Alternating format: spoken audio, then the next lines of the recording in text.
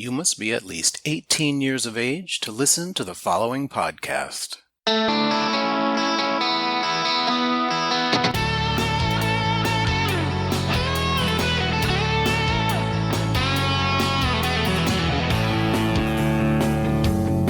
am Robert Black, and you are listening to Sexual Heroes.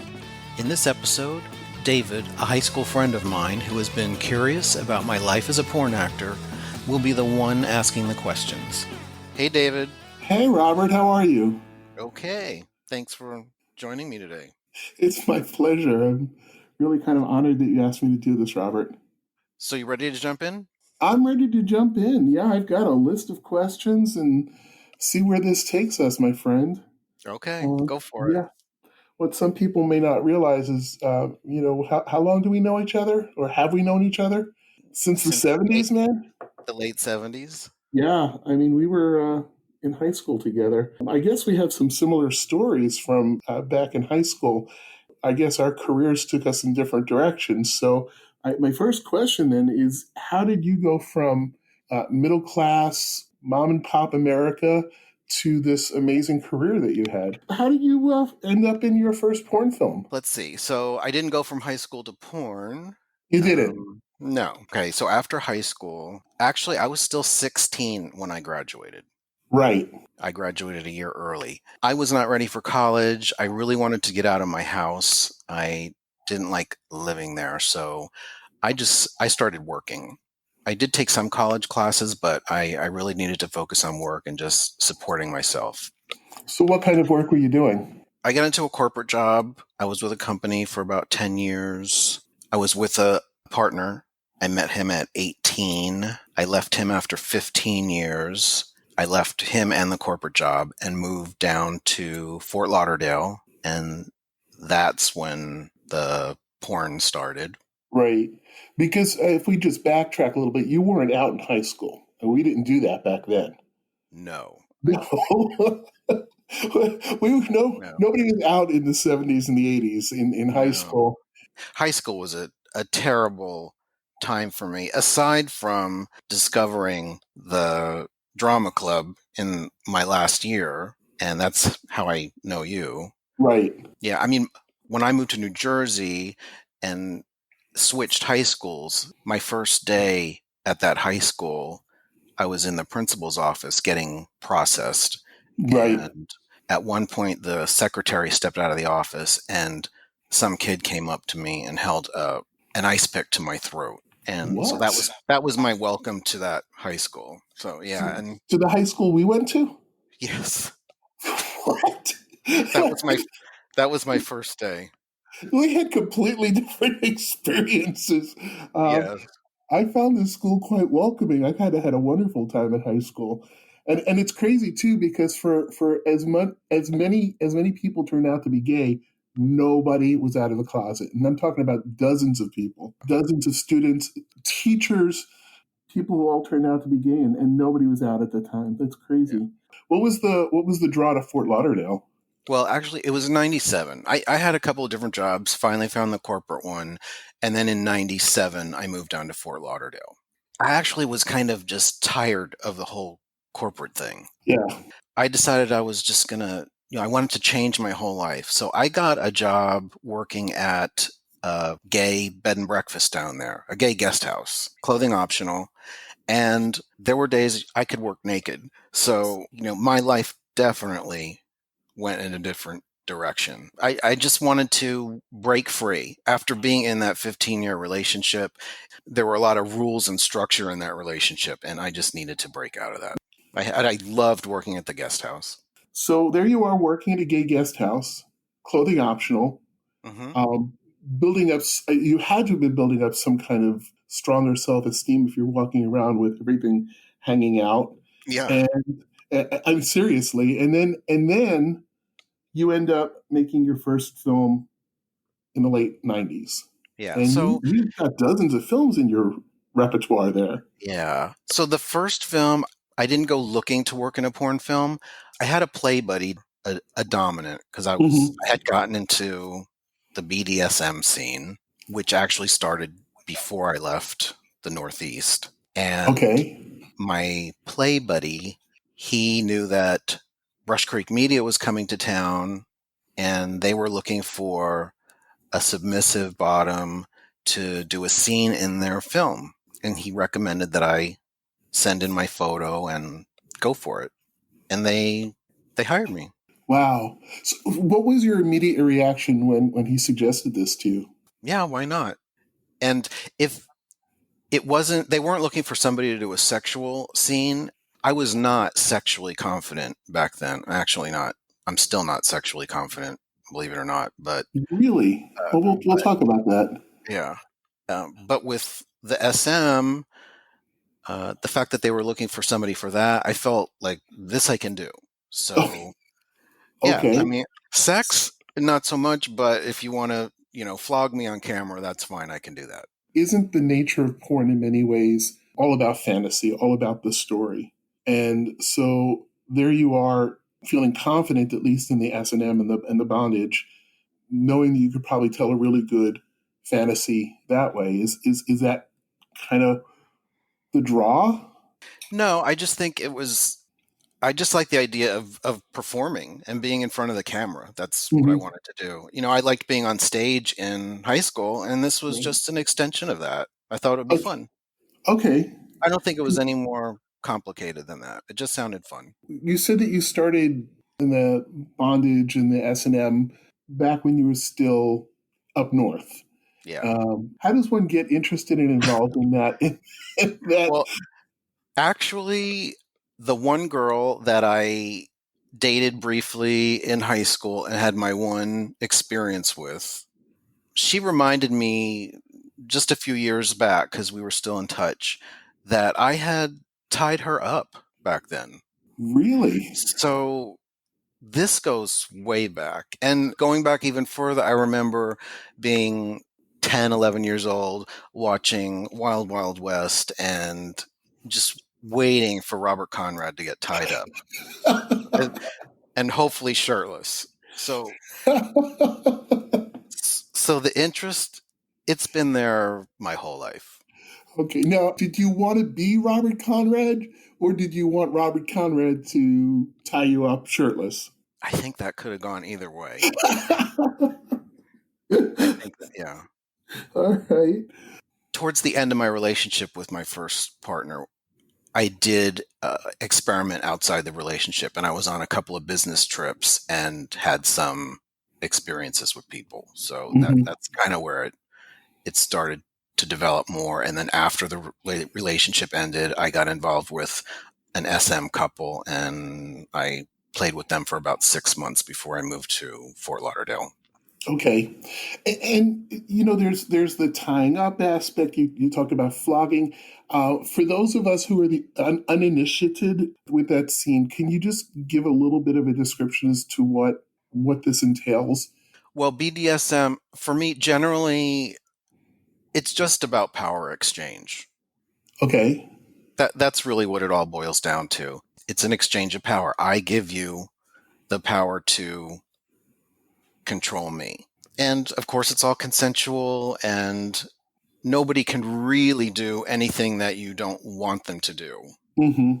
Is there a sense of empowerment by empowering somebody over you? I think people want to be submissive for different reasons. For some people, it's an escape from a life where they have to make too many decisions, and they want out of that for a little while. Hmm. But people have different reasons for what they get out of it, and why they engage in that kind of play. Okay. Okay. So this is something you were already playing in, and then the opportunity comes up to not necessarily perform a very sexual role, but at least to play on camera. And you liked being on stage, so this was a great opportunity for you to play. You see, Robert, when you asked me to do this and I listened to your podcasts, what I love is the title of your podcasts, Sexual Heroes, because it is about the fantasy. It's about feeling good. It's about doing something consensual with other adults. It's about empowerment. And in many ways, when I hear your story and the little bit that we've spoken over, at least over the last couple of years online, that's what a hero is to me. You've really become a hero to me in that regard. The whole idea of being able to live your true self is heroic to me. Thank you Well, for that. I don't necessarily feel like a hero myself, but I'm glad if you find it inspiring. So, how do you then transfer from those initial films to making this into a career? Well, and it never was really a career. It was always just a hobby for me. And I think that's why it lasted so long. A lot of people make one porn video and then you never see them again, or Hmm. they might be in it for a year. But I did it as a hobby and it did span a long period of time. I typically only made films that I thought were going to be fun. The first video, the Brush Creek one, that went very well. So after that, I decided that I enjoyed it and I wanted to try doing more and I wanted to do a sex video and I specifically wanted to work for Zeus because they were well I liked those videos. They're BDSM videos and the models were hot and I really wanted to be in one of those. And I wasn't fit at the time. I was not particularly muscular, so I hired a personal trainer and dropped a lot of body fat and got super lean and lo and behold I got hired by Zeus to do a video. Two actually. You super lean and super muscular. I gotta say, you look amazing, man. Well, not so much right now, but at the time I was super lean. And I also did a spread in Huncho magazine, which I was really proud of. That came out good around the same time. But anyway, so I got the gig with Zeus and flew out there to Los Angeles. I worked with Daddy Zeus. That's what the owner of the company, that's what he was called. Right. And named me as his 1999 Zeus Boy of the Year. So I was thrilled with that. It was fun. But you work with other studios as well, right? Yeah, so I did some films with a number of films with Zeus beyond the first two. And Daddy Zeus helped me sort of branch out with other studios. And the first time I did sort of a mainstream sex video, because I did mostly, again, bondage SM videos with Zeus. The first time I did a sex video was with Falcon, and Chi Chi LaRue was directing. Oh, okay. That was quite an experience. I was cast in this video, and I was at that time, I didn't have a choice over who I was cast with. So I show up, and I was in my 30s, which is old for starting a porn career at the time, and I was matched up with some kids who they were of legal age, but barely, and Hmm. certainly not my type. So it was a difficult scene to do, and I was hired to be a bottom to this, maybe 19 or 20-year-old kid. And I also was not sexually at the time. Bottoming ass play was not a big part of my sex life, so I Hmm. was not a real confident bottom. And the kid that I was paired with had a huge monster dick, Okay. of course. At one point, he was fucking me on the pool table, and I was squatting on top of him, riding him, and I was all concerned about being clean. Yeah. And Chi Chi LaRue screamed from the other room, Robert Black, if Good Housekeeping gave seals of approval for clean bottoms, you'd get one. Now keep going. That's a bit of interesting direction.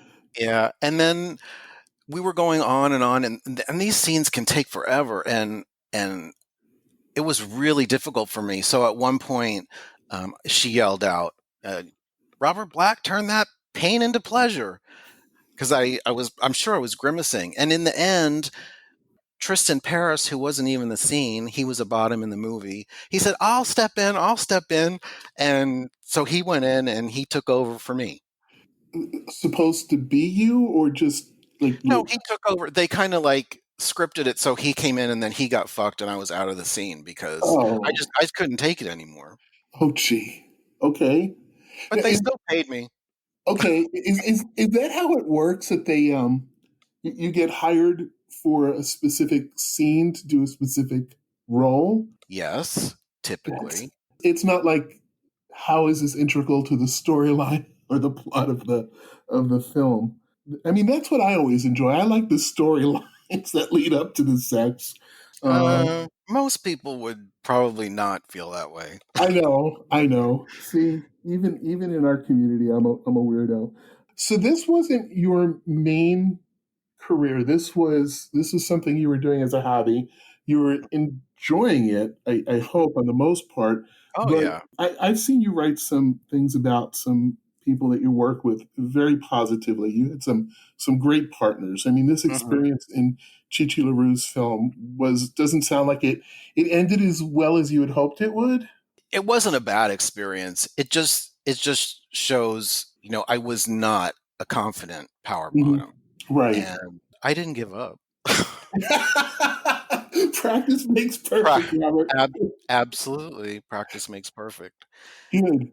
Tell me about the arc then to over the next couple of years, because not only did you make some films, and it looks like maybe your last film was about 10 years ago, and Yeah. you did a lot of photo work. I've seen your photo work, and actually, again, from my perspective, I mean the the hot dick and balls are always a lot of fun to look at, but I'm more interested in the artistic end of the photography, and you got some amazing photos.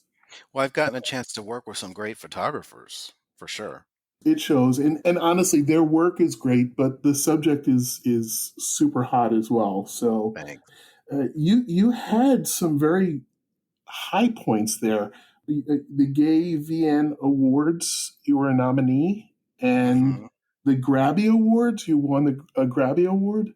I did. So could you explain what these awards are and how it relates to the industry and what did you win for? This is exciting. Well, the Gavian Award that I got nominated for, one of them was for Best Newcomer back in 2000. That was fun. That was a big award show. Bruce Valanche was the host. Oh. Huge award show. They don't have. Well, they might have. They might be in a different form nowadays. But the Grabby Award was for a solo scene, so a JO video. Hmm. It was called Leather Trade Solos, and I was one of the subjects. I think there were maybe five of us. We each had our own scene, and I got an award for that. And I think it's interesting that over a 10-year career with all the different sex that I had, the one award I get is for masturbation. So Well, practice I don't. makes perfect. Yeah, So yeah. so what puts one JO film or scene over others to make it an award-winning scene? I guess I'm good at it. And masturbation has come up a lot over the years in a professional sense. I also, well, I did another JO video for Raging Stallion. It was a scene where I was getting my tattoo done. It was Hmm. it wasn't the original tattoo work, but it was a follow up session, and they filmed. It was actual footage of me getting the tattoo done by Mad Dog in San Francisco. They filmed it, and while he was doing the tattoo work, I was masturbating. Oh, okay. During the actual tattooing. Yes, and let me tell you something. If you can masturbate while you're being tattooed, you like masturbating. What about some other really great experiences that you had while making these films? Well, the great thing is as time went on, I got to often pick the partners that I wanted to work with and got paired with people that were pretty well known. Sometimes it worked out, sometimes it didn't, but With Zeus, I had asked to work with Eric Evans. I was a big fan of his. I thought he was super hot, and we did a couple of films together, and it was and he was a lot of fun. That was great. I asked Catalina Video to pair me with Ray Harley, and he's a great guy. That worked out really well. I asked them to pair me with Steve Parker. It was fun working with him. So yeah, there were, and I got an opportunity to work with people that I wanted to. Although I got to pick, people I wanted to work with. I do have very diverse taste Right. in men, but the type of guy that really turns my head is typically more of a bear, and so I never really got to work with that kind of pairing during my career. It was mostly with more muscular guys, leaner guys, younger guys. And the types of films that I was doing, they weren't really casting bear types. So Hmm. I didn't get to do it. I didn't Right. I never got that kind of pairing. Would you say the positive outweighed the not so positive experiences? Oh, the positive far outweighed any negative experiences that I had. I mean, I if I were still in my 30s today and could go back, I would do it all over again, and yeah, What would you do differently? nothing. It was great. That's fantastic. Yeah, I mean, It's- I feel very fortunate. I'm glad that I took the plunge. I don't have any regrets. Of course, I have a real job now, so I know that my work is out there. It could come back to haunt me in some way, but I wouldn't change a thing. What kind of assumptions do you think people make of you? I think people would be surprised to find out that I can't, I feel like I can't have normal sex. I can't just get together with someone, no matter how hot I think they are, and get hard and roll around the sheets and kiss and suck and fuck and flip fuck and I can't do it. I When I have sex, somebody's got to be in control. Hmm. There's got to be a dominant, there's got to be a submissive. Sex for me always has to work out like that. There were two boyfriends in my past that gave me some feedback about sex. One guy that I was dating in Fort Lauderdale, it was with him that I first topped because I had never topped until him. Hmm. And he confessed to me that he noticed that when he would squirm and try to pull away from me or kind of whimper, that I would get harder and more turned on. And so he would do that purposely just to keep me going. And then later on in Palm Springs, I was dating a guy, but just before my current partner, and he he broke up with me and told me that the sex was too stressful because I always wanted to tie him up when I fucked him, and Uh-huh. that wasn't his scene. And so, yeah, my sex always has to incorporate some drama. Okay. Yeah. So what then is the difference between the sex that you choose to have as an intimate thing between you and, say, a partner or someone that you may be seeing, or even just someone that you're turned on by, as opposed to sex in film or on the pages of a magazine? See, that's what would surprise people. The sex that I have in videos, it, when it's a business transaction, when I know I don't have, there's no real emotional connection to the person, I had no problem getting hard in videos and getting off, and that was acting, Okay, and I could do that. because I somebody was in control. You had a director that was in control, or maybe a Yeah, partner that was in control. exactly. And I had to perform, and it was like that was my directive, and so I could do it. And I escorted for a little while, Uh huh. and and I had no problems performing as an escort. But if I'm going to hook up with somebody, it can't be like normal sex. That's if there is such a thing as As normal normal sex. sex. Yeah, yeah. Camming is easy because, again, it's masturbation, and I am an award-winning masturbator. And I also did a performance at a Masturbatathon, which was an event in San Francisco. It was a yearly event. They haven't done it in a while. It was a fundraiser for, I think, the Center for Sex and Culture up there. And anybody could sign up and go and masturbate. They had a room for women, a room for men, and then people bought tickets and they can go in and be voyeurs and go in and watch people masturbate. But they also had certain performers to put on a show in in the main room, and they had an audience, a seated audience with clothed people that were coming in off the street who had bought tickets, and I was one of the performers, and I was the only male. The rest of them were all females. And females putting on a masturbation performance, I would say they have an easier job because they can act their way through it. Mm-hmm. But if you're a man putting on a masturbation performance, you need to get it up. So Mm-hmm. I was I really wanted to challenge myself and see if I could do this. And so so there I am in a room with a fully clothed audience of men and women, and I'm I strip naked and I go at it. And my idea was to do this masturbation show, and at the end, I was going to invert myself with the furniture that they had there and the equipment, and I was going to shoot in my own mouth. Okay.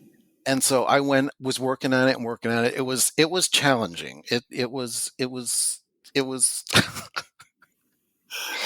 it's definitely different from doing it home alone or on cam when you don't have eyes on you. But there was a violinist there. I know this gets better, right?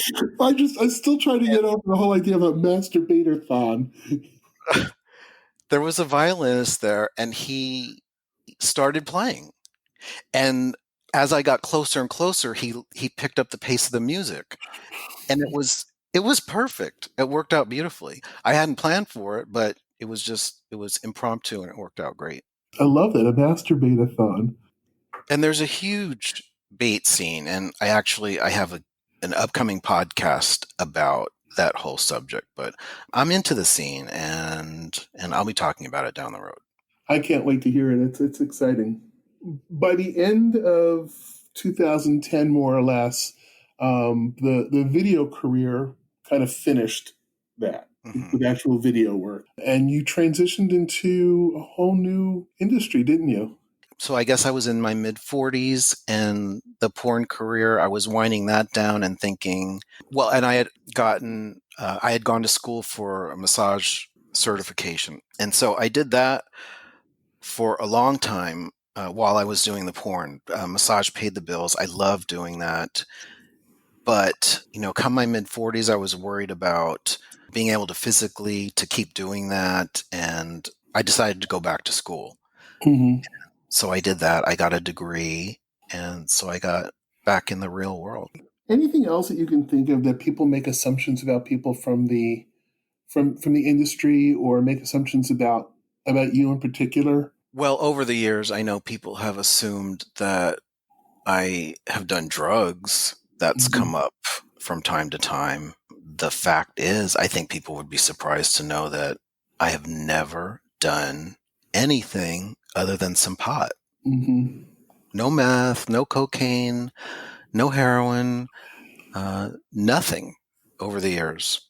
Is that not as pervasive in the industry as people might assume? I worked for mostly major mainstream studios, and they would not tolerate drugs on the set. If somebody showed up fucked up, they would send them home. The only time that something was offered to me was one of the few appearances that I made at a club where I was hired to appear as Robert Black and dance or, do kind of a strip show. At one of those backstage, somebody offered me a bump, and I didn't even really know what that was. I Hmm. kind of knew it was drugs, but I told him no thanks.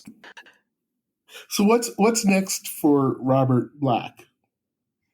Well, the podcast show is next, and I think that's it. I think that's the only plan I have right now. That and cam shows, which again, it's not a job, it's not a career. I just do it because it's fun and I want to do it. Unfortunately, I can't say that about my real job. I'm not really passionate about it, Hmm. but it pays the bills and it enables me to be Robert Black and do things that are fun. Well, David, thanks for playing guest host today. It's my pleasure and my honor to do this with you today. For more information about a guest appearing on Sexual Heroes, visit the show notes at sexualheroes.com or on your favorite podcast app. You'll find Sexual Heroes on Apple, iTunes, Google, Spotify, and many others. And while you're there, be sure to subscribe. Thanks for listening.